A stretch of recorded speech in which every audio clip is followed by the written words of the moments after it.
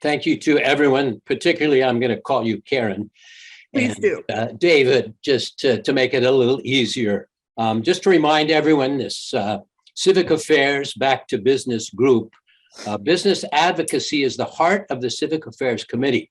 The Civic Affairs Committee monitors and analyzes public activities that impact the greater business community.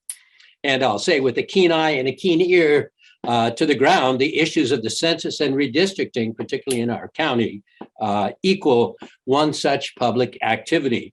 So I'm going to give a brief introduction of Karen and David, neither one of whom needs introductions because they're so well known in our county, but I'll just give this. And Supervisor Karen Mitchoff was sworn as Contra Costa County District 4 Supervisor in January of 2011. She began her public service in 1981 in the office of former Sheriff Coroner Dick Rainey as his executive secretary. She served as the chief of staff to former Supervisor Sonny McPeak and Mark DeSaulnier, and she served as a fiscal and administrative analyst for the county's Employment and Human Services Department. Karen represents Contra Costa County on a multitude of regional committees. David Toa served as Contra Costa County Administrator from 2008 until retiring in 2021. He's currently a consultant for Contra Costa County and managing the 2021 redistricting process for the Board of Supervisors. He holds a Bachelor of Science degree in accounting from Minnesota State University, a Bachelor of Arts degree in political science from University of Minnesota, a JD degree from University of Minnesota Law School, and a Minneapolis Certified Public Accountant, CPA. So with that, I do want to talk a little bit about what we're going to do here today. And the announcement actually says, are you curious about the 2020 census and impact the communities in Contra Costa County?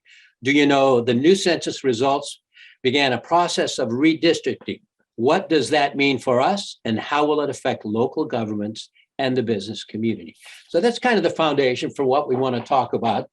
I'm going to turn it over to Karen to let her give us a little background on a little more on her, and then her role and what she thinks. I will tell everyone that she told me, or she communicated that pretty quickly she'll pass it along to David, who is the consultant handling the redistricting. But with having that said, Karen, it's yours.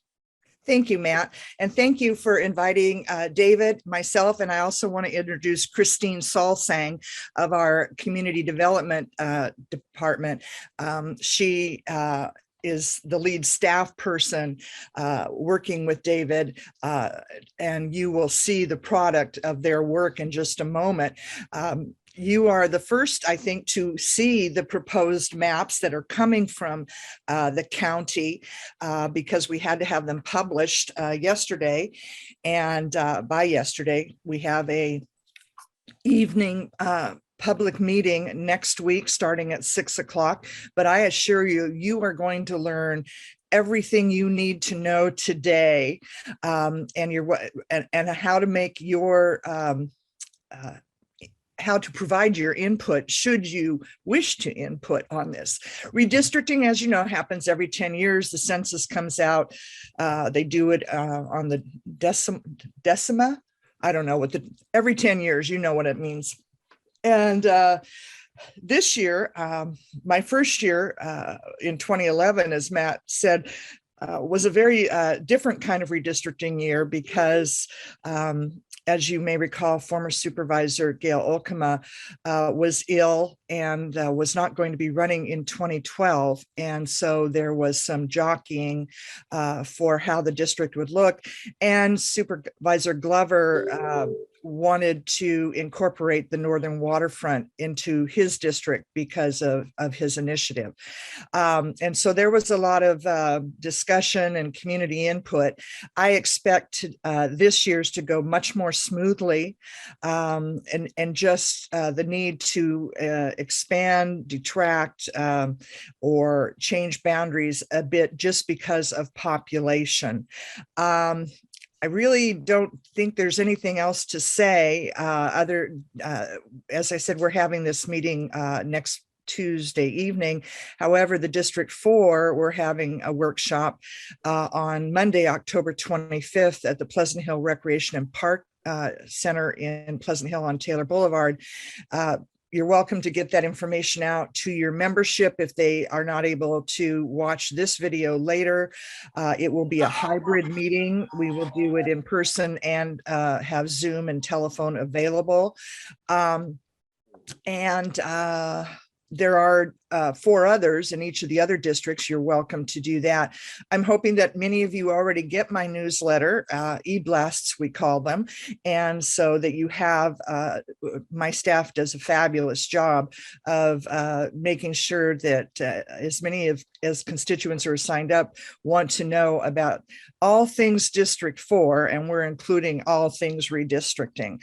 So with that, I'm going to turn it over to David and Christine, and you are just going to be blown away by the work and by the technology that's come so far in these last 10 years that allows digital input as well as written and in person.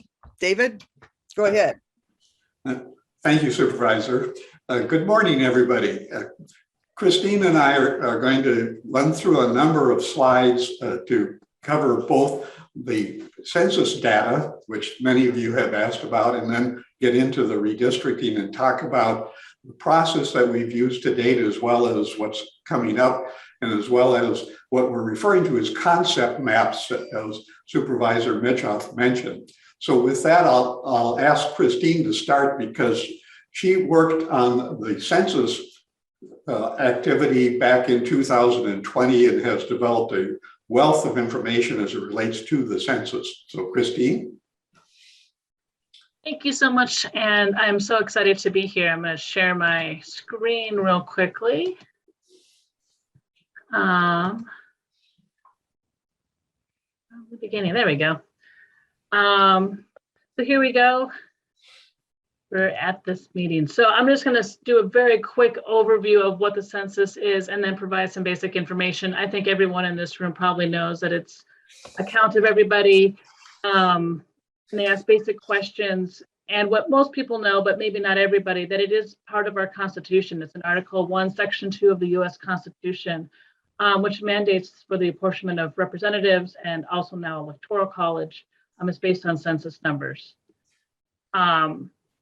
And so we get counted, first of all, because of the representation, but also for funding for a lot of our federal programs.